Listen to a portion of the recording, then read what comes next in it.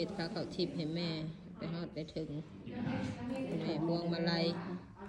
กันสุขคนไป แม่พวงมาลัยให้มาหับมาโจมเอาลูกหลานอาหารให้อ่ะหนูผัด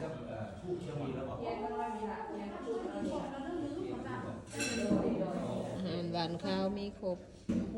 อ่ะจะไปถ่ายเอาผ้าไปถ่ายเอาผ้า ถ่ายแล้วดิพานั้นเขียนซื้อนำได้เนาะ เอาทิพย์ให้คุณแม่พวงมาลัยเด้ออยากลูกกระต่ายไม่ได้ขาดจะไม่มีนะข้าว